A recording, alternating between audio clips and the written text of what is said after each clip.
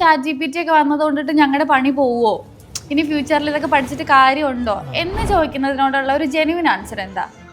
ഒരിക്കലും അങ്ങനെ വന്നതിനെ കൊണ്ട് ജോലിയൊന്നും പോകുന്നില്ല. കാരണം അവിടെ ഒരു കാര്യമുള്ളത്, അറിയാത്ത പണിക്ക് പോയാൽ ജോലി പോകും. അതായത് നമ്മൾ അപ്ഡേറ്റഡ് ആവണം.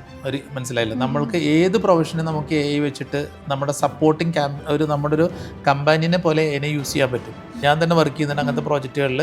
ഫുള്ളി ഒരു കോൾ സെൻറ്ററിലുള്ള ആൾക്കാരെ റീപ്ലേസ് ചെയ്തിട്ട് വെച്ചിട്ട് നമുക്ക് ചെയ്യാൻ പറ്റുന്ന രീതിയിൽ പോസിബിളാണ്.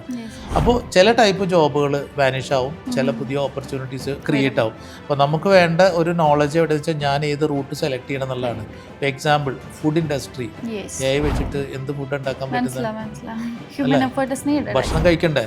ആണെന്ന് പറഞ്ഞിട്ട് ഭക്ഷണം കഴിക്കാതിരിക്കാൻ പറ്റില്ല. So we need to change the way of thought. There are lot of opportunities. നമ്മൾ കാണുന്ന എല്ലാ ഓപ്പർച്യൂണിറ്റികളും ചുറ്റുവട്ടത്തും. അപ്പോൾ അങ്ങനെ ചിന്തിക്കുമ്പോൾ വന്നതിനെ കൊണ്ട് ഒരിക്കലും ജോലി ഉണ്ടാവാതിരിക്കില്ല. പക്ഷേ യിൽ നമ്മൾ അപ്ഡേറ്റഡ് ആവണം. നെ നമ്മുടെ കൂടെ കൊണ്ടു നടക്കണം. എന്നിട്ട് നമ്മുടെ പ്രൊഫഷൻ നമ്മുടെ കൂടെ നിർത്തി കഴിഞ്ഞാൽ നമുക്ക് ഇപ്പോൾ ഉള്ളതിനെക്കാട്ടിലും ബെറ്റർ പൊസിഷൻസ് കിട്ടും.